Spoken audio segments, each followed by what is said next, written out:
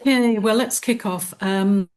We have two lovely guest non-fiction authors with us today, and the first one we're going to talk to is Cleonie McLean. And so, welcome, Cleonie. We've just done our personal introductions at the beginning. Um, your lovely book is behind you, postgraduate. Do tell me how you came to read that and what this wonderful memoir is about. Yes, thank you for the introduction, Denise. So this book is about my chronicles of life after graduating from university. We call yourself a postgraduate when you finish studying, and this is a little bit more of the life afterwards that no one talks about, that gap in between before you become a really, really grown adult, if you will. I go through the chronicles of each company that I work for, and I do give them a spin in the names. So if you're really smart or you love shopping, you'll be able to guess which they are. And I talk about my life lessons, what happened in those roles, and how I got to my next steps.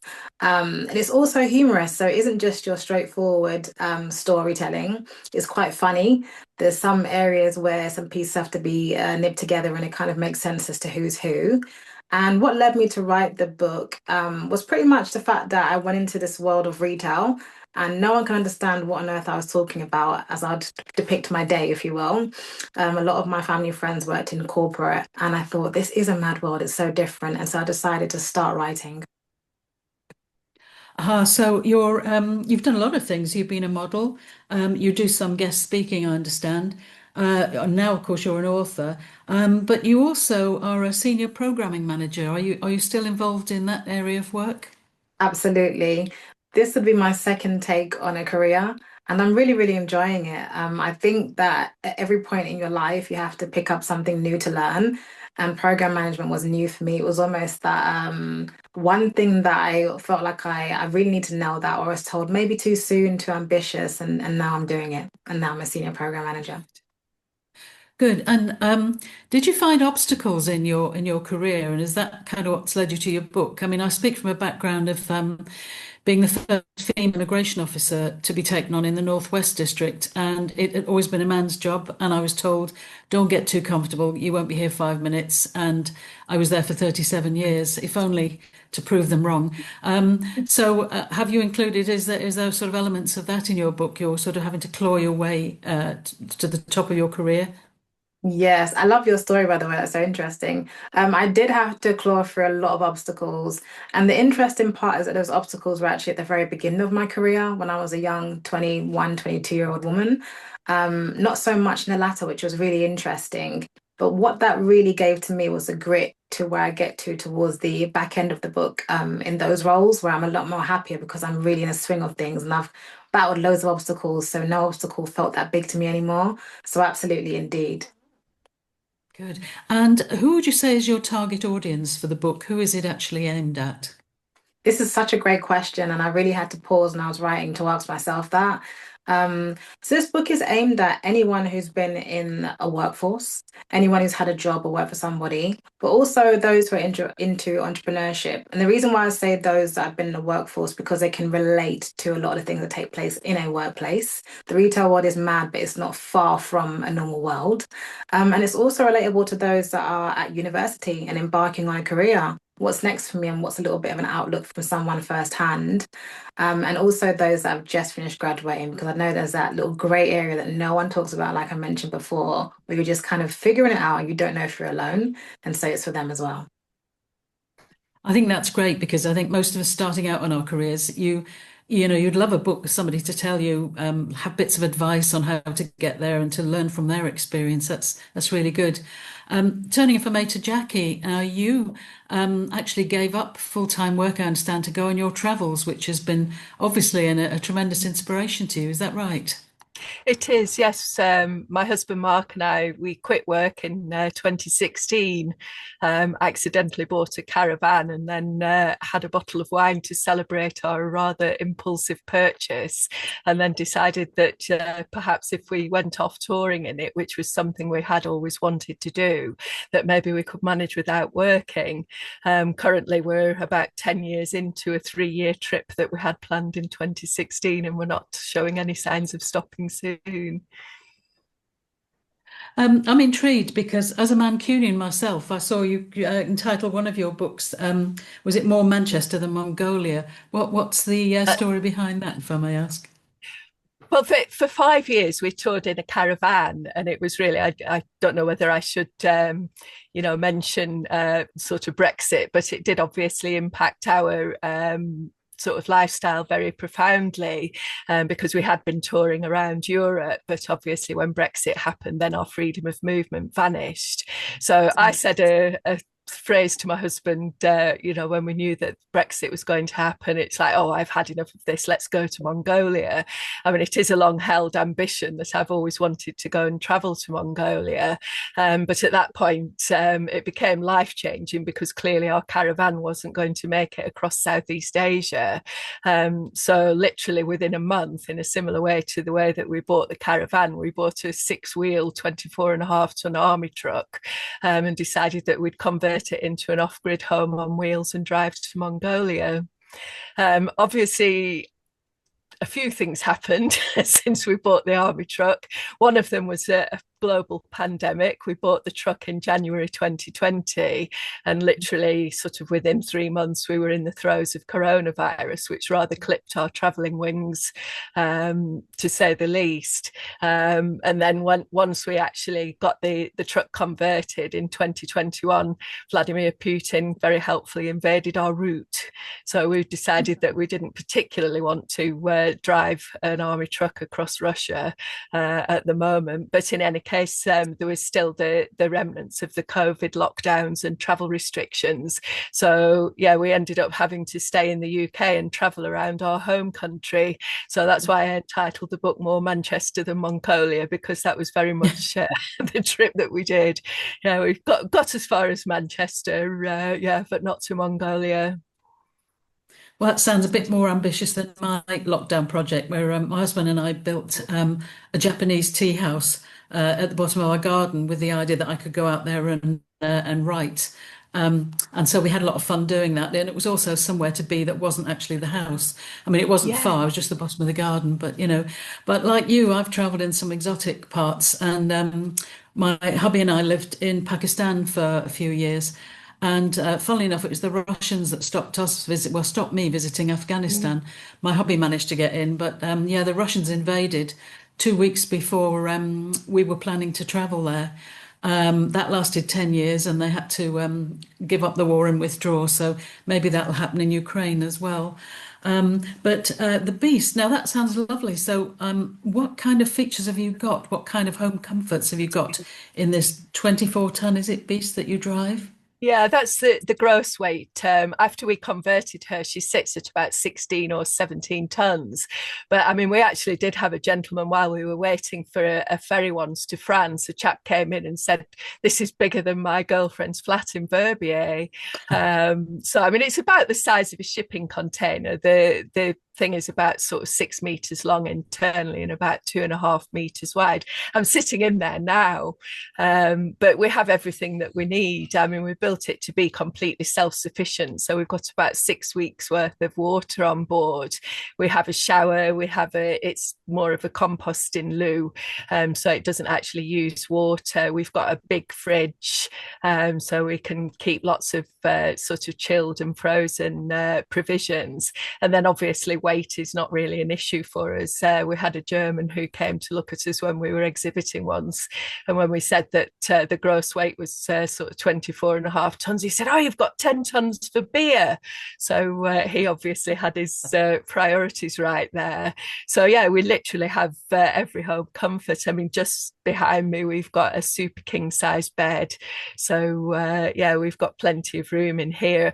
And compared to our caravan, which was 2 meters wide, it's funny when you live in a small space, you kind of think that sort of 0.5 meter is not that much, but it really does make a difference.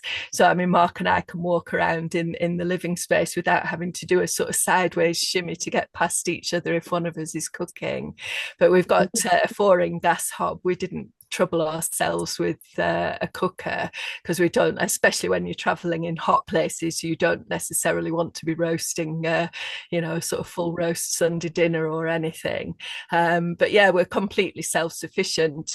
We've got 1,300 watts of solar power, so we generate all our own electricity. We heat with a diesel heater, and we have a 100-litre LPG tank. So, but literally, I mean, we've taken the beast skiing, and we've been down to -17 in deep snow, and we've never ever, people often ask, sort of, oh, do you not get cold? But because it's a small space to heat, then no, we're never cold. We're always toasty warm. It's a very cozy little space. And actually, I really enjoy the minimalism. I can't say that, the minimalism of it, that we've got everything we need. And it is a very comfortable space. Well, something that occurs to me, and I'm sure a few other people might have been wondering about it, is you've got 4 dogs as part of your family. Do you have quarantine issues? How do you go about taking them across borders? No, there are no quarantine issues. I mean, unfortunately, Brexit did kind of put a bit of a spanner in the works, because since the 1990s, there's been a pet passport scheme whereby, I mean, they call it a pet passport, but really it's just a health certificate. The passport just ensures that the dogs are basically immunised against rabies. Unfortunately, when Britain left the EU, that sort of overnight got rid of the British EU pet passport. Now, obviously, we were travelling at that point, so we have actually put our dogs on French pet passports, so they don't actually have any trouble at all travelling or crossing borders. In fact, they've got greater freedom of movement than we have. But for anybody who has a UK pet that isn't on an EU passport, then it just becomes a bit onerous. It's doable, but you have to get an animal health certificate, which is valid only for 1 trip, and it's only valid for 4 months. So if you go outside of the EU and then want to come back in again, you've got to get another one. So yeah, it just makes it a little bit more, sort of red tape and paperwork, basically. Yeah, I've just been joined by one of the little dogs here. Yeah. I think your husband was in the background trying to keep it off to one side, and it's like, have you seen the video where there's a business chap being on a very serious topic? The door opens and his child's got in one of these little seats with wheels, and then what everybody thought was the nanny was actually the wife trying to pull the child, and she ends up crawling in, pulling the thing back, the child back. So you've been, Jack, you've been through a heck of a lot of countries, from what I understand. What's on the programme next? Are the places you haven't been? Or I think you said you'd visited every place, every continent apart from Antarctica. Is that correct? That's correct. I mean, I've always been a traveller. I basically got bitten by the travel bug, and even before Mark and I met, I travelled on quite a few continents. I got into whitewater rafting. I call it my whitewater rafting period. And basically, I rafted some of the biggest whitewater rivers around the world. So I was in Australia, in Nepal, South America, all sorts of places. But then subsequently, since we started traveling on wheels, as it were, with the dogs, I think we've visited about 20 countries. We've visited most of the countries in Europe. At the moment, we're in southern France, as I say, not that you can really tell with the weather, because we're in the middle of a colossal storm and we've had sleet and snow and all sorts of things. But we're actually at the moment on our way down to Morocco. So we're going to travel through Spain and then cross over to Morocco. So it'll be the beast's first trip, sort of transcontinental into Africa. So yeah, I think in total, I think I've visited about 60 countries around the world. So I've got another couple of hundred to go, really. So I think there's plenty of world and hopefully plenty of time. As Denise, you've travelled extensively, haven't you? Is there anywhere that you would want to go that you haven't been? I think there's only one place, actually, Morgan. I've been sort of Far East, Near East, Middle East, all over Europe, America. I think the only place we haven't actually been is Canada, and I'd love to do that trip over the Rockies where you have the glass top trains and you can just get spoilt in style and see all this fantastic scenery. But the only thing is we've had our little dog Harry now for 7 years, and that's curtailed our travel largely because he gets travel sick. I'm guessing Jackie's dogs don't, but Harry, he gets sick just driving from here half a mile to the village in the car. He starts to throw up. So that's clipped our wings a bit. But yeah, and unfortunately, our daughter and son-in-law, they've lived all over the world. They've lived in California and Japan, various parts of the UK. They're now in Edinburgh. And so I'm just working out whether I can actually get Harry onto a train and take him to Edinburgh. That would be a good starting point, I think. But it's interesting because both Cleonie and Jackie are writing memoir. And I've written my memoir of my sort of travels and my excitement and the things I got involved in as an intelligence analyst and investigator. But I can't actually publish it until it's gone all through the annals of the Home Office and so on, because I'm subject to the Official Secrets Act. So I don't know if that's going to come off. But my particular brand these days of non-fiction, as well as writing my crime fiction, is I've got a whole series of books on local history, everything from the famous and infamous to looking at local mansions and our villages at war and burial, strange deaths and everything. But my true love in terms of non-fiction is true crime. And because I'm a researcher at heart and an investigator, when I was researching my family history, I found there were 4 murders in my family tree. One was a chap who actually is only related to me by marriage, but was hanged for murder in 1921. And the other 3 cases were actually murder victims. So that's given me plenty to research and write about. True crime, and a sort of non-fiction actually really interests me.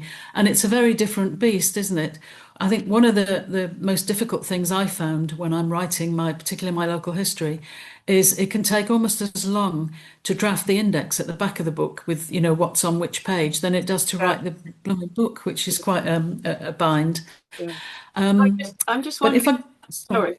I was just going to say, because there must be things with non-fiction. Cleonie, was there anything? I know you've changed names to protect the innocent, but with the 3 of you, were there things that you wanted to write about but couldn't? So Cleonie, you were restricted because it would be too obvious, and you couldn't include something because somebody might sue you. Yeah, I went to ask Denise a question, but I'll pause and just answer this so I don't lose train of thought. Everyone's heard the term work husband, right? Hopefully. Yes, I do have a work husband, and I just made sure that I had. First of all, I revised it so many times, and I was like, I'm nervous he's gonna know that it's him, and I don't want to interrupt his now life. But this is what happened. I remember I talked to my sister. I said, could you read this to me and tell me the truth? Does it look scandalous? Will it make, if you was him, would you be nervous? And she was like, no, it's really toned down actually. You've been quite nice about it. If anything, throw in more and make it more exciting. I was going to say, would you not be flattered? Maybe, it wasn't anything scandalous, to be honest with you, but I did just try to make sure the book didn't come across like a juicy tell-all.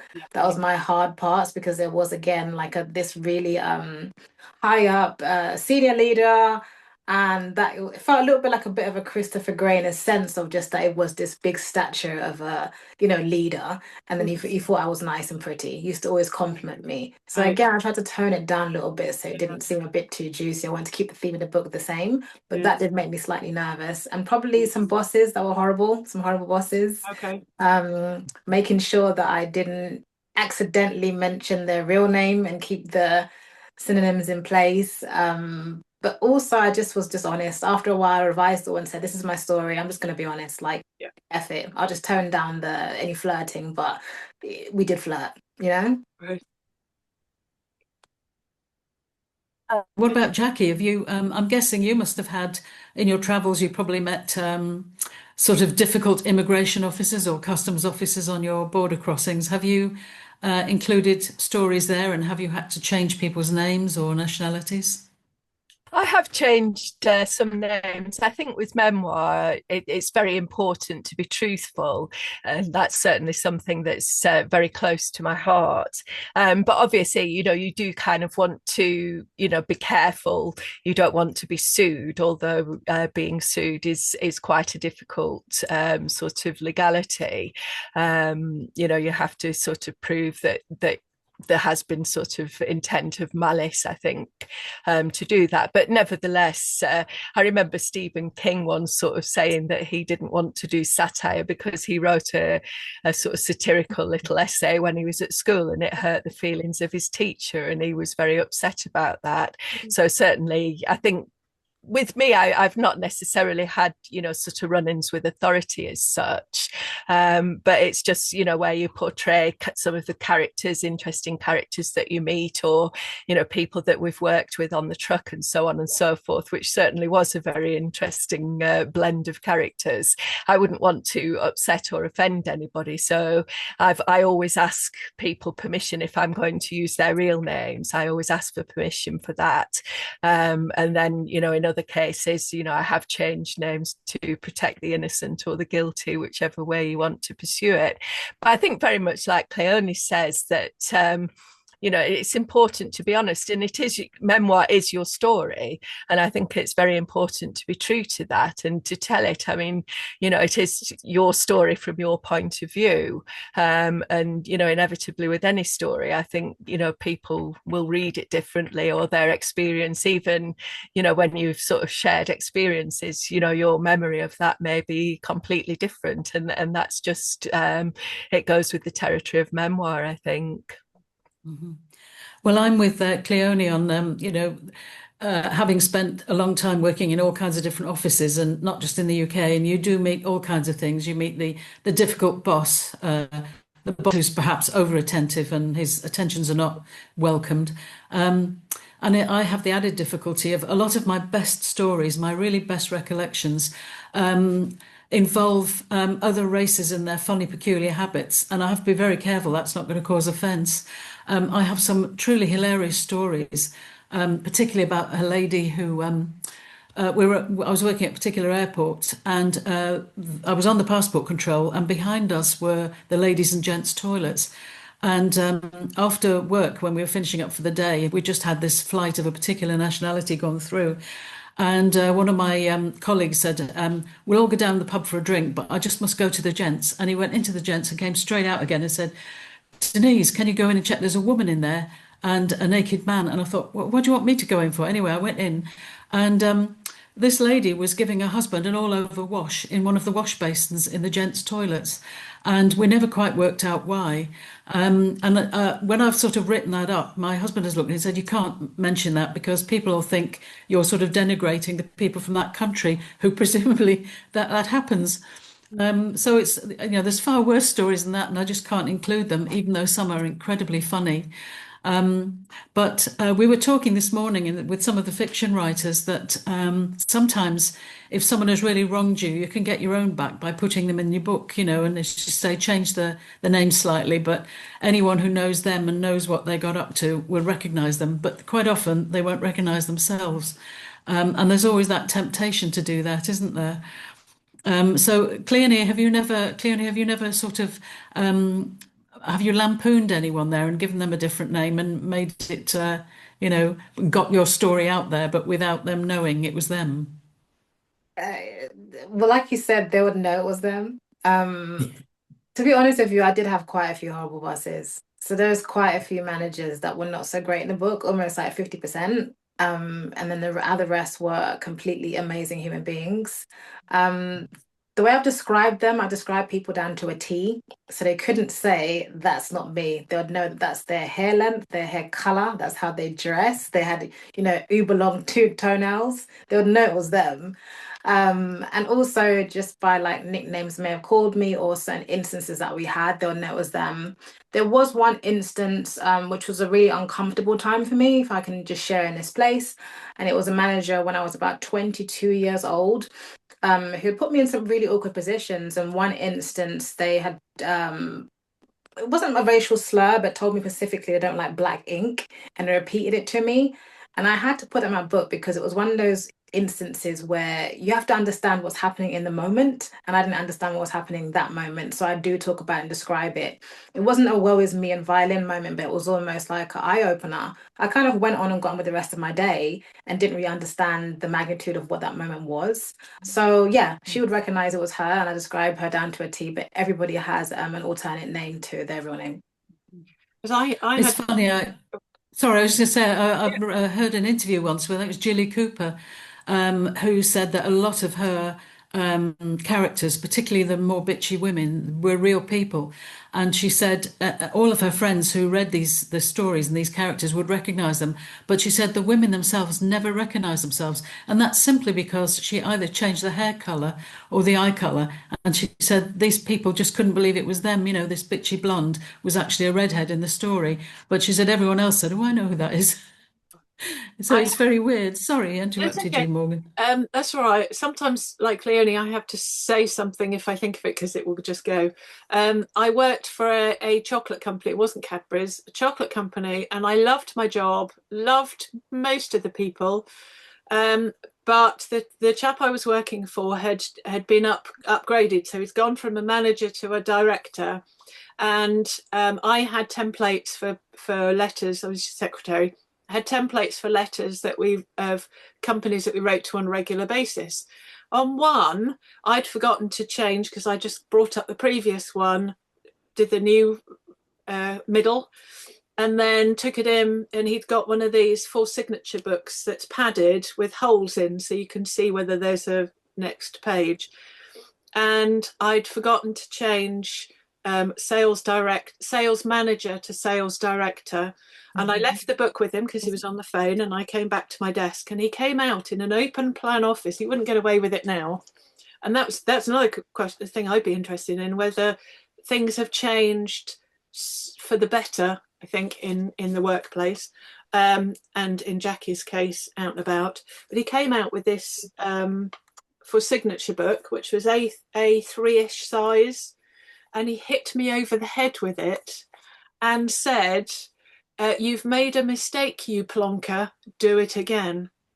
And Wow. he'd scribbled that out. Now, and the whole office went deadly. And he wouldn't get away with it now. And had that been me, even just a year or two later, I would have gone back in the office, followed him back in his office, and I said, "Right, you come out." And I was just so gobsmacked that afterwards I thought I should have done something about it. And everybody else couldn't believe, because it was out of character. He had been my favourite boss. But I think these days he wouldn't do it. He'd know he wouldn't get away with it. So I think in certain circumstances things have changed. But then I write fiction, and I'm like Denise, I can kill them off in a story. So I love that. Yeah, it's a great feeling. This must make you, Jackie, think how glad you are not to be sitting in an office every day, and to be, your only problem is, have I got enough water? No, I don't miss it one bit, I have to say. I mean, I did enjoy my job. There's no doubt about it. But I remember reading Bonnie Garmus's book, Lessons in Chemistry. I mean, I'm a biochemist. I was a female northern sort of scientist coming up through the ranks, working in research and so on and so forth. And honestly, that fictional book was like my autobiography. I mean, as sort of Morgan says, there's a lot of things that you just simply wouldn't get away with these days, although I think sometimes the sort of prejudice does simmer under the radar a little bit. But no, I was told outright in interviews that I wouldn't get the job because I was a woman, and sort of obviously that I was just going to go on and have kids, so what's the point in training me, and all this sort of thing. I mean, and the fact that they believe you have no intellect because you're female. I mean, thankfully I think that sort of things are changing these days, and it's moving in a better direction. But nevertheless, I think yes, I think we've all probably experienced some very difficult moments in the workplace. So, but no, I don't miss it at all. I definitely prefer touring with my 4 dogs, writing, enjoying beautiful scenery, and meeting interesting people. We've got an interesting question has popped in the chat box here, and that's from Beth. And she's saying, has the controversy over the salt path affected your motivation as memoir writers? Should I start with Cleonie? You've probably heard about the salt path, where it was an intensely moving story and it went on to be a film. And gradually, it appears that it wasn't necessarily all true. And so it's created quite a backlash. Has that made you think twice about what you put in your memoir? No, if I'm honest with you, I travel a lot like Jackie. So I actually I've not been in the country for a while. So I didn't hear too much about this, if I'm honest with you. But would that impact me? Not really, because I try to be really honest. If anything, I could put more in my books. But in terms of just like the keeping it 100% factual, no, it wouldn't have shaken me up at all with my writing. But that's interesting, super interesting. Because yeah, once you put it out there, it's out there now, isn't it? And there was a whole Yeah, and it makes you wonder. There was a documentary. Yeah. And it does make you wonder how many other of these fantastical stories out there actually might just be completely made up.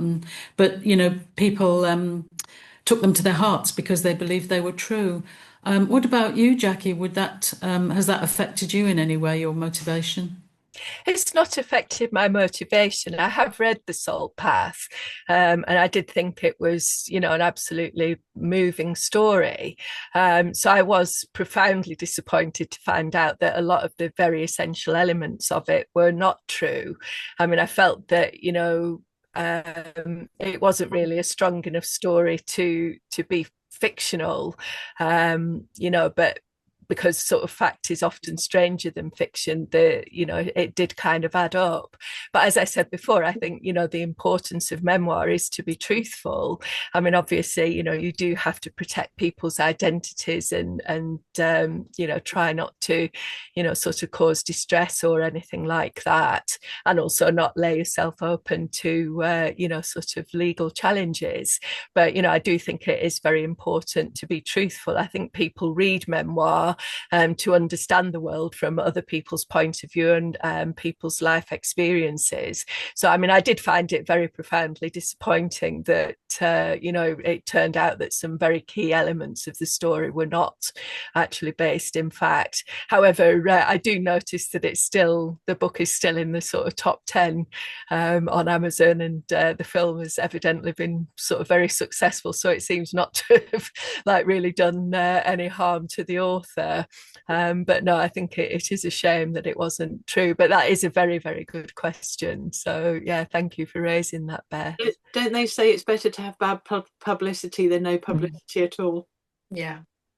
Yeah, I was just going to say that, yes, but bad publicity.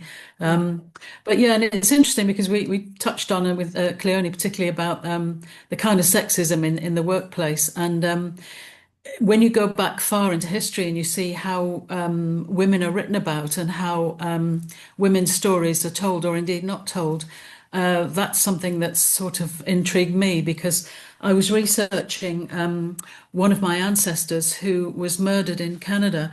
And this is back in 1927. And she was a victim of a very well-known US serial sex killer who had gone across America from coast to coast, murdering women in every city he stopped in. And because all the police authorities in different states didn't speak to each other, nobody really recognized it was a serial killer. And what shocked me most was how little attention was paid to the victims. The guy eventually went up into Canada and killed a 13-year-old girl, and the following day virtually killed my ancestor, Emily Patterson. And the Canadians went all out to catch him, and they did. And they convicted him of just one murder out of 22 murders, but possibly 44 attacks and murders. And essentially they chose to convict him for the murder of my ancestor, and for that they hanged him. But I just was so hurt to see all these victims who were misnamed, misdescribed, given wrong ages. My own ancestor, Emily, was a very beautiful young woman of 27 who had two young boys, aged 3 and 5, and they were rendered, without a mother. And in some of the accounts about Earl Leonard Nelson, who was the killer, they say that she was an old lady who reminded him of his overstrict granny. Well, she was an old lady, she was young and beautiful, And also, there's no evidence that his granny was in any way strict. But all through, there's this pattern of blaming the women involved. It had to be his mother's fault or his grandmother's fault, or the victims were to blame because they were either wearing conspicuous jewellery, which most of them weren't, and all this sort of thing. So I wrote this book called The Forgotten 44, which actually highlights his 44 victims and survivors, whereas every other book written about him is just about him.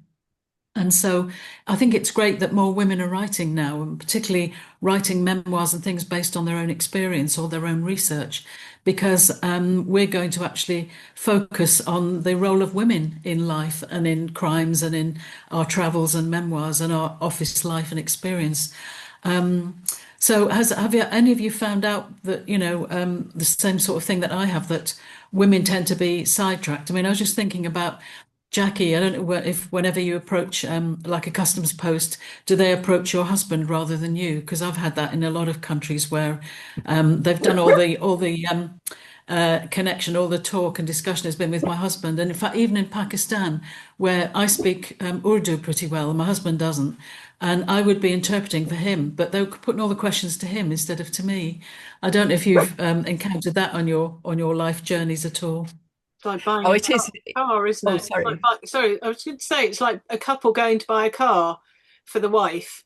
The wife knows what she wants, but the husband will know what he's talking about because he's a husband. Sorry, Jackie, carry on. I think that's pretty widespread, sort of throughout the world. But obviously in different cultures, you have to be respectful, that they do have different views on women. I mean, for example, we're on our way to Morocco and I've bought, modest clothing and things to cover my hair, just because I do like when I travel to be respectful to other cultures. But I think it's more or less inevitable that people will direct questions to the husband, which is a shame because I am the linguist. I'm the one who speaks French, Italian and German, and Mark, I think he speaks a little bit of Spanish, but that's about it. But they just assume that, because I'm female, I can't possibly. I'm often asked, can you drive the truck? And it's like, well, yes, I have to be able to drive the truck. I can also fly a plane, but, people don't always believe that, because I'm female. But yes, I mean, I think it is just one of those things. I did once terrify a burger seller in Hungary. I drove the caravan, which was, it was longer than an articulated lorry with the van and the caravan. And I drove that out of a campsite, and a burger seller went and hid behind his burger van because he was so terrified to see a woman at the wheel. Well, it's funny that Morgan should mention the example of going for a car, because we once went to a garage to buy a new car, a new second-hand car, and when we got there, it was the usual salesman was really patronising and said, just spoke. The car was for me, but he had to ask my husband what kind of car he wanted, and I said that I wasn't very keen on any of the cars on the forecourt. And he turned to my husband and said, let me guess, the little lady doesn't like the colours, So I went back and said, no, what I really don't like is the fact that they're fleet cars. And he was quite taken aback. And he said, what makes you say that? I said, well, they've all got consecutive index numbers, which means part of a fleet. So they'll be completely knackered and I won't be buying any of them, regardless of the colour. But that's just the sort of thing that really gets up my nose. Have you had any of examples like that, Cleonie, at all? Or have you been lucky to avoid it? No, I have. But being a true millennial, I speak up for myself. But I have. So like the same example that Morgan mentioned about going to a car dealership, I've had that exact same experience. I kept looking at my partner the entire time, and I'm the one that pulled out the big wad of cash. And then he started addressing me, and I thought, yeah, I'm the one that's getting this vehicle today. In the workplace as well, I have had some examples of that, especially when I worked in operations. It was very interesting. Went to a site, they were very resistant, just assumed I didn't know what I was talking about. I specialized in robotics at the time. So once I would kind of do like a floor walk, you would, of the site and start talking through my bits, they'll be like, oh, she knows her stuff. It was kind of that sort of impression every time. They were like, oh, you just graduated from uni. I'd be like, oh, a decade ago, but thank you. And I did have one site in particular that was really resistant to me. No matter what I did, the figures were great, the reporting, the walkthroughs, you name it. And I actually swapped out to go and look at another robotic site, and my colleague went in, who's a male. And he had an absolute breeze. And it was my line manager at the time, who was a male, that said to me, I find it very ironic that you went in there and it was so tough for you. And now so and so has gone in, and it's like, he's blown stardust out of his behind. And that was a typical example of, just the male just seems to do it better. But yeah, I have experienced some instances, of course. But don't you just want to do the Julia Roberts line in Pretty Woman, where she returns to the shop and goes, you work on commission, right? I've seen that film so many times. I lost count 132 times. You work on commission, right? Well, yes. I have to go shopping now. Oh, mistake. Big mistake. Huge. I have to go shopping now. Say that to a car dealer. Love. Yeah, it's very, very annoying, isn't it? Intense. When I was a chief immigration officer running the busiest passport control in the busiest international airport in the world, and I'm sitting in the chief immigration officer's booth, and an airline representative came in and looked at me and looked around, looked under the desk and said, "Is the man not in then?" And I thought, I did actually say something fairly forceful, not rude, and he went away and came back later with some tickets as an apology. But there were tickets to a golfing tournament, so I had to give them to one of my male colleagues. But yeah, it does happen. We've got another question in the box. Yes, do. That's for you, Denise. From Debs here, it says, that was interesting, Denise. So when memoir writers when we write about our experiences, do we research to back up the facts of the history at the time, or can we just write what we remember or feel at the time? How do you ladies think about that? Do you actually, when things have happened to you that you think are worthy of putting in your memoir, do you then go and research and see, was that lawful? Did that really happen? Or is it just a feeling I had and maybe that's coloured my impression of it? I can jump in. So I did my research. It took me, by the way, 17 years to finish writing these 17 chapters. And I had to go back and do some due diligence and some things to actually remember. And luckily, they were all businesses that were, registered and quite common. But I had to go back and remember, was it actually that amount of turnover? Sometimes with my events, I had to sometimes take days to really recall what exactly did I say in that instance again and what happened. So absolutely had to go back and do some research and actually recall. And sometimes even ask some family and friends that were present at the time. I might have maybe talked to about it and asked them. And there were some instances where I couldn't remember at all. And so I had to maybe just come back to it or take it out completely. And then some where it kind of came to me in parts, but I had to go back and make sure it was truly correct. Otherwise, I didn't want to put it in. Mm-hmm. How about you, Jackie? Yes, I do an awful lot of research. I mean, while I'm traveling, and obviously I write about travel, so it is my own personal experience. But I do like curious facts and I enjoy history. So I always like to put a bit of context into my books. So we tend to go off the beaten track a little bit. We don't follow the, kind of Instagram trail of, the most popular tourist attractions and so on and so forth. We do try to discover places that are a little bit out of the way. But I really enjoy sort of researching the history of these places and also cultures that went before. As the personal experience, I mean, I've been a diarist since I was a small child. I have virtually nothing. I mean, everything I own is now in this truck. But my most prized possession and something I would never part with are my travel diaries. So I have written diaries that go back, sort of 30, 40 years. But now I've got a little bit more, sort of hip and with it. And I keep diaries sort of on the computer electronically. So I have those notes to kind of go back to understand how I felt on that particular day, or if something happened. What the facts were. With a number of my books, I mean, for example, we were caught in Italy during coronavirus. We were locked down in Italy and ended up staying there for about 9 months. So I have had to go back and, kind of sort of go through the timeline of coronavirus, because I've tied that into those memoirs. And equally with the memoir about building the beast, building this truck. I mean, obviously it is the story of how we sort of bought and imported a Belgian army truck and then did our first ever DIY conversion.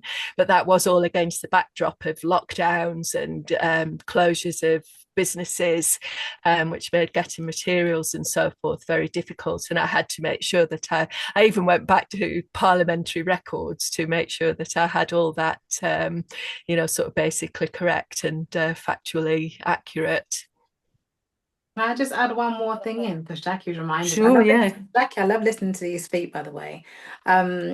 One other thing as to why I did a lot of due diligence and research in mine is because I talk about an era that may never happen again. So retail was really special at one point for us, and the high street was everything. And obviously now we mainly shop online, if not 50-50.